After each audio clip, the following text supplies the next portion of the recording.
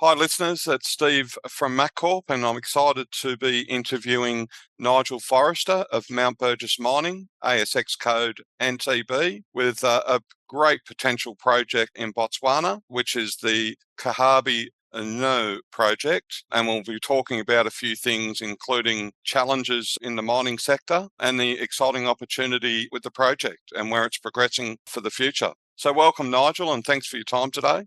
That's all right. Thank you for taking on the project, giving me the opportunity for the interview. Well, I think it'll be nice to sort of get some investor feedback and highlighting the potential of your project and the challenges you've been through over the journey so far, which is a good 15 plus years or thereabouts. So let's start with a little bit of background about yourself and also Mount Burgess Mining. Well, basically, I floated Mount Burgess Mining back in 1985, and at the time, I was concentrating on gold here in Western Australia. And what Mount Burgess Mining floated on was the old Christmas gift project in just south of Coolgardie. And then we ended up by getting into the Yundamindra gold field and the Butcherwell gold project just east of Leonora. Basically, and that's where Sons of Gwalia come into the picture as well? That's right, yes. Basically, we got Butcherwell into production, and it was during that time that we actually discovered the Red October gold deposit. And you're having good hits. Yeah, no, we had huge. We were getting over an ounce. We got 34 meters of over an ounce of gold in one intersection, in the initial discovery intersection. And of course, it became a very high grade gold deposit. It was at that time the highest grade gold deposit in Australia. It came in at around about 8.5 grams per ton overall. And that's where Sons of Gwalia took it over from you? Yeah, then Sons of Gwalia bought us out, and they paid us 14 million for our 50% share, which is at the time we had a 50% joint venture. Yep. So with that money, we then decided to go to Namibia, where we started on diamond exploration. And the project there in Namibia, we had ground right up against the Botswana border in eastern Namibia. And we found 3 kimberlites there. But unfortunately, they were not diamondiferous. Whilst we did find a lot of diamonds and a lot of G10 garnets in our soil geochemical sampling, it didn't come out of the 3 that we did find. But it was during that time of diamond exploration that we realized that there was a neoproterozoic belt in our diamond ground, and that spanned the border between Namibia and Botswana. So we went onto the Botswana side and picked up the ground on the Botswana side. And as I've said to you before, they say that national boundaries don't define geological boundaries, but in this case, it actually does, because this neoproterozoic belt, it strikes in a northeasterly direction, and all the fold closures that have occurred are actually on the Botswana side of the border. And that's in those fold closures is where you get the concentration of mineralization. So that's where we're getting now. This is the reason why we're no longer in Namibia, because every time we drilled in on any geochemical soil anomalies in Namibia, we didn't really get anything of significance. But on the Botswana side, every time we drilled into those fold closures, yes, we got the grades that we're getting now. And this is where the journey started with the Kihabe Nxuu project. That's correct. Yes. Yeah.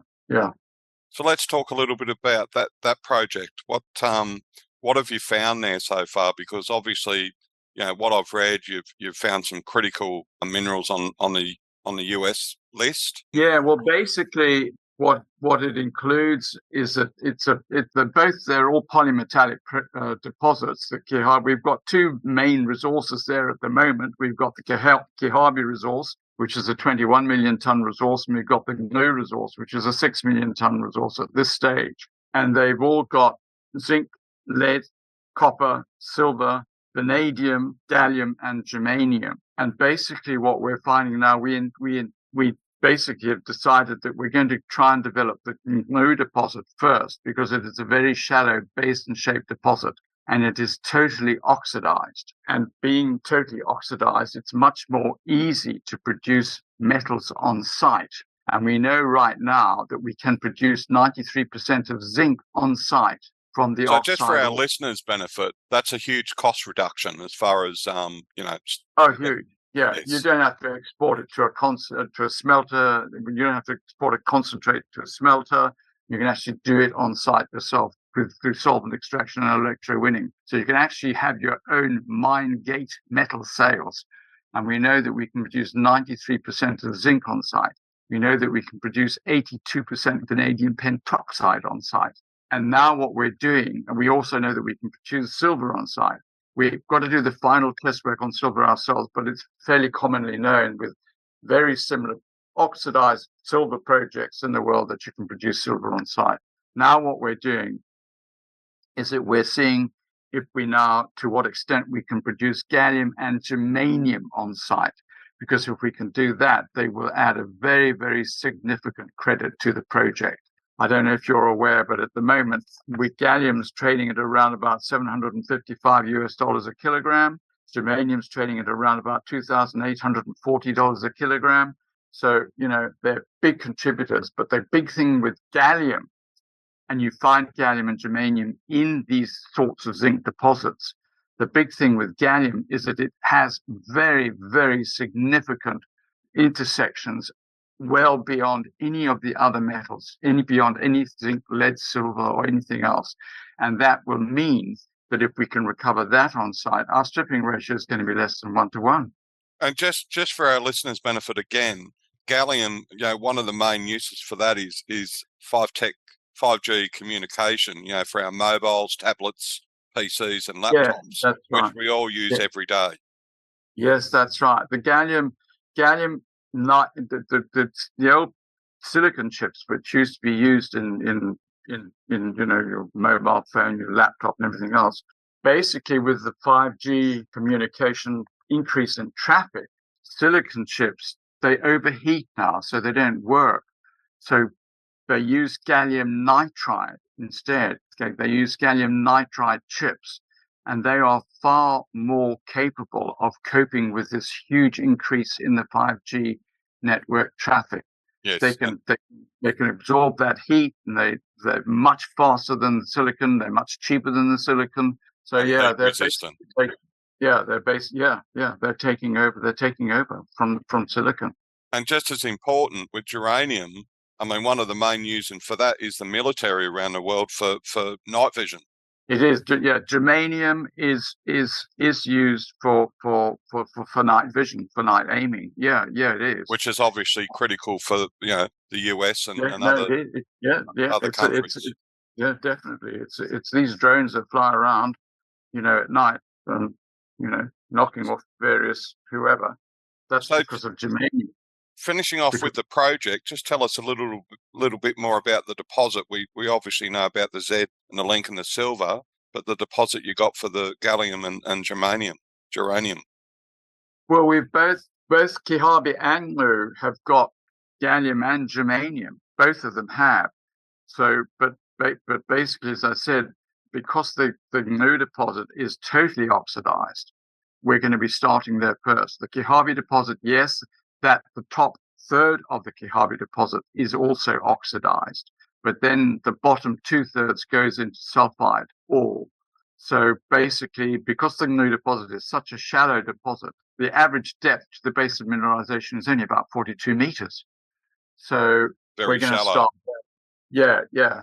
So I mean, the big thing now is, as I said, we're doing the test work now to see how much gallium and germanium we can recover on site. Yep. Yeah, but the moment we know that, then basically that we believe that we will be able to, because they are in oxide ore, and once we can show that, then we've got about another 2,600 meters of HQ diamond core drilling to do at the Nxuu deposit, and once we've done that, we can then go into a pre-feasibility, then followed by a definitive feasibility study. What we're doing now is that we're just waiting because this project is in what's described as native land. It's native pastoral land. We've got to get permission from the environmental authorities in Botswana to be able to just even do exploration drilling. So we've we've submitted an environmental impact assessment just before Christmas for this proposed 2,600 meters of drilling at Nxuu, and we should be getting approval for that, I would say, within the next couple of months. Fantastic. So once we've got that, we can get on with that, and then, as I say, we can get the whole thing moving, and hopefully within that time we've also completed all the test work that we're currently doing to see what proportion of gallium and germanium we can recover on site.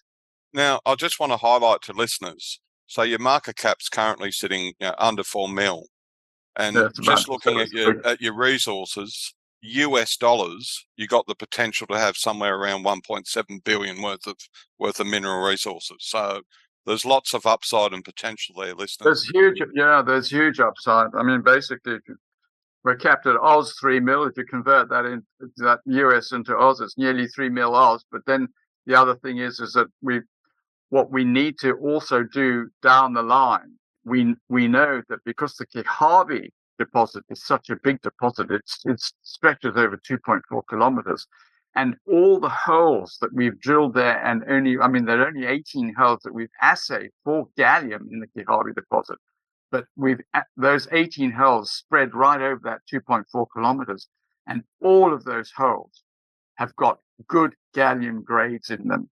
And basically, we've also had done an independent exploration target assessment for Kihabe, and that could come in at 100 million tons of 12 grams per ton gallium.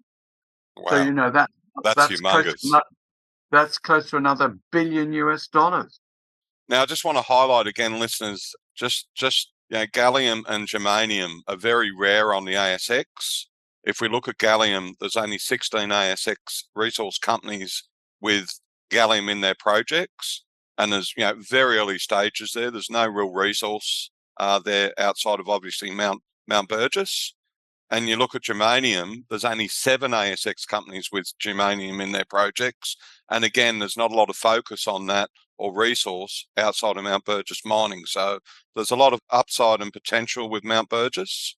Vanadium, there's a few more. You've got 79 ASX companies in vanadium, with projects in vanadium, and obviously with the zinc, lead, silver, you've got a lot more companies involved in those minerals. So there's a lot of upside there, and it's again, I just want to highlight that it's on the US American critical minerals list, being both gallium and germanium.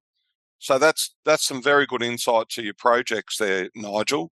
I just want to sort of give the listeners some insights, if just an overview of some of the challenges you've faced, over the 15 years with the project. Well, I think basically, first of all, being an Australian company or a company listed on the ASX, it is a lot harder trying to get people to recognize or invest in projects, for instance, in Africa. Yes, there's been companies that have been successful, and particularly gold companies have been successful.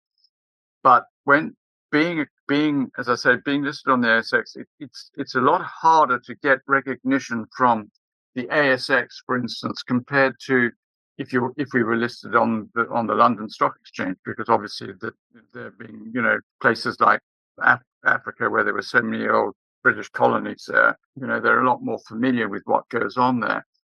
But I think the other thing that also we had a big problem with is that the fact is that we actually lost our license for nearly 3 years, and that meant that we had to take it to court. And we basically, what happened there was that we had the then minister, Kelly Kilby, back in 2000, came up to site and said to me, Nigel, what do you need to get this project into production? And I said, we're going to need grid power. And he said, you will have grid power by the end of 2012. And basically what happened there was that grid power that should have come, there were 4 big coal-fired power units being built by a Chinese company in eastern Botswana, in the Moripuli area. And what that Chinese company did was subcontracted out the building of the boilers for those power units to a completely unheard of Chinese company. And that is where the problems are at this point in time. Those boilers keep catching alight and keep bursting. But I just want to highlight, you've got the license back, but it took 3 years. So Yeah, the license is secure. Yeah, the license now secure, because basically what happened, because of that, I couldn't do a feasibility study. Then a new minister came along, Minister Makhaile came along and said, "Oh, you didn't do the feasibility study as you said you would, so I'm not going to give you your license back." So anyway, that's what happened. And then, so I then took the thing to court. We went to the High Court, then the Appeal Court. We were told to go back to the High Court.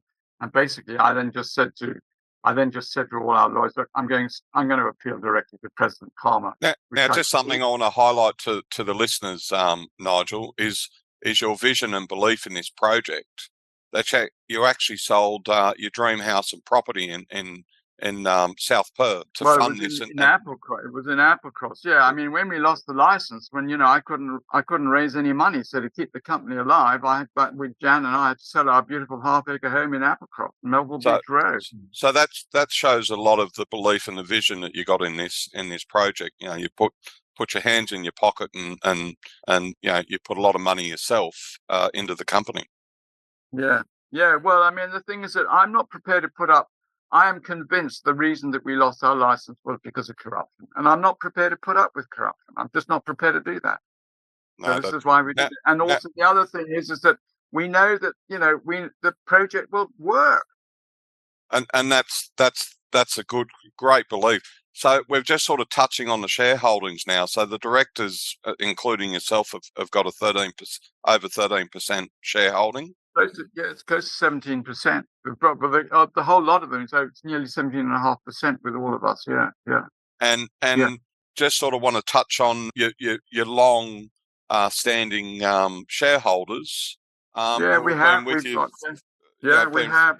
They've been with us. Yeah, we've got 4 or 5 long-term shareholders that have been with us all through the troubled times, and we've only been when we were during those times we were only able to raise small amounts of money, 200,000, 400,000, but they've all been there and they've helped us the whole way through. So yeah. So that's but between them and your fellow directors and yourself, that's just under 50% shareholding of long-standing. So that shows a lot of faith and belief as well, listeners. So one of the reasons I really wanted to do this podcast with Nigel was hearing the challenges and the story behind the project and the company. So hopefully that gives you some insights of the extreme challenges that these mining companies have, including Mount Burgess Mining.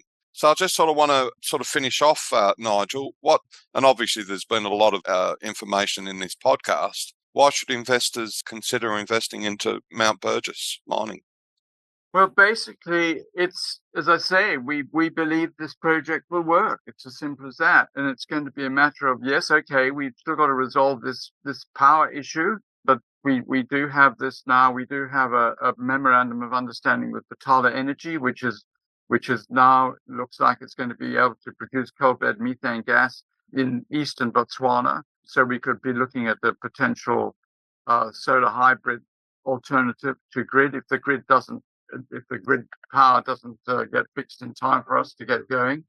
But yeah, I mean, it's a project which I am convinced it will work, and it is a project which has not just got the zinc, the lead, copper, silver, but it's also now got it's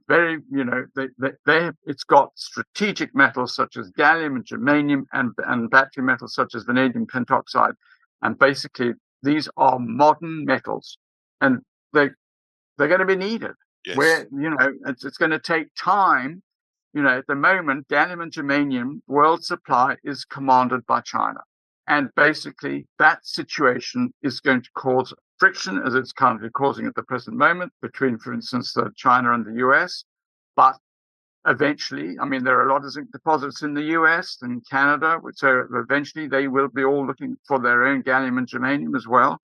But the fact is that we have got this project, but not only that, a lot of it is in oxide deposits. So low cost to production. Cost and shallow. You can produce your own metals on site. On site. And it's shallow, so that's another huge benefit. Yeah, and they're shallow. So look, listeners, if you want to reach out, there's more information on Mount Burgess Mining's website, which is www.mountburgess.com, and it's MountBurgess.com, Mount Burgess. Or can they reach out to you directly, Nigel?